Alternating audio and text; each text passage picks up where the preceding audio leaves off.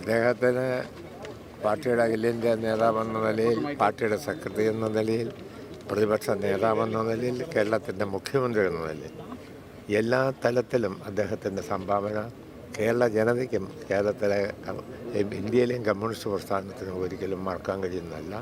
അത്രയും അതുല്യമായ സംഭാവനയാണ് അദ്ദേഹം നൽകിയത്.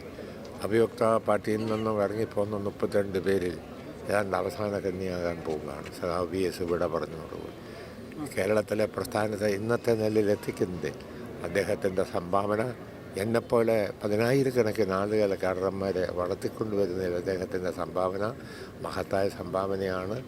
അത് ഒരിക്കലും മറക്കാൻ കഴിയുന്നതല്ല. അദ്ദേഹത്തിൻ്റെ ദേഹവിയോഗത്തിൽ അഗാധമായ ദുഃഖവും അനുശോചനവുമാണ്.